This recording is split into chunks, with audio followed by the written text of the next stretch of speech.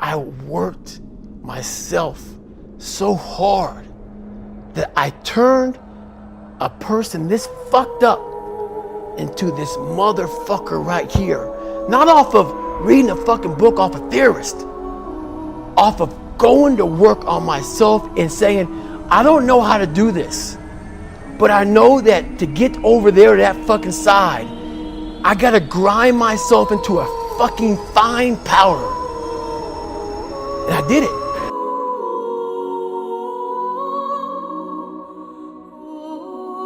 Some people have been bullied. Some people are just stressed out. Some people are insecure. Some people are fat and overweight. And the world puts a lot of this shit in your mind. It's not just you. Yeah, you help it. I believe that most human beings are only living at about 40% of their capability. So the mind has a governor, like a car. If you're driving a car and the car has a governor on it, the car may say 130 miles an hour, but the governor's set for 91. Once that governor sets in, you get to 91, that car starts doing this.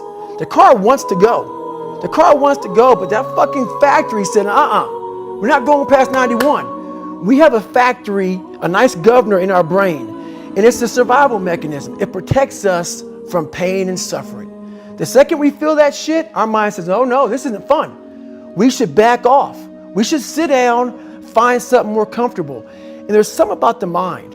The mind has the tactical advantage over you at all times.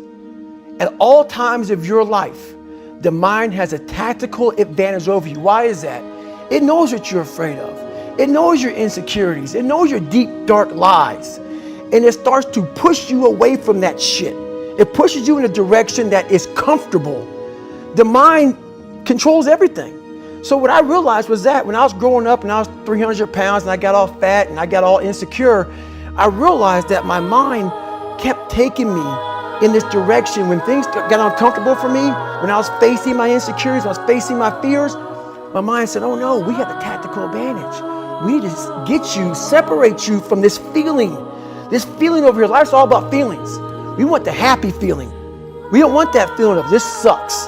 Why am I here? And you don't have any, so you can't answer those questions, so you leave. I started realizing that if in that moment you can answer those fucked up questions and you are now in charge of your brain versus your brain ruling you, that's where all that stuff comes from. So the 40% rule is all of that. You get to 40%, your brain says, we're done. Let's roll, man. This is starting to get painful. This is uncomfortable.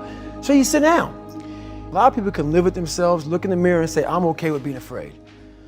I'm okay with going on this easy highway over here. The easy highway has all these fucking signs and shit, directions, how to get somewhere. And you have to first be uncomfortable with how you feel about yourself. With that voice that a lot of us like to run away from, we all have it.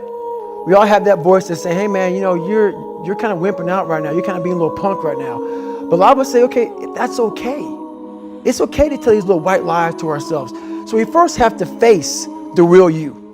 The real me is David Goggins. The real me is the guy looking at you right now saying, I don't want to fucking be on this show right now because I used to stutter as a kid. And I'm afraid of that. I'm afraid that here in a second, I'm going to start fucking stammering and stuttering and the whole world is going to know that I have all these issues. But that's when I see right now, okay, Goggins, you got to go on this fucking show. That's Goggins. Goggins is saying, okay, David Goggins, you're a punk. Life made you this way. We can't live like this. We can't live in fear. We can't live in judgment. We can't be afraid of what the fuck people right now are looking at me saying about me. We cannot be afraid of that. That's Goggins. Stay hard.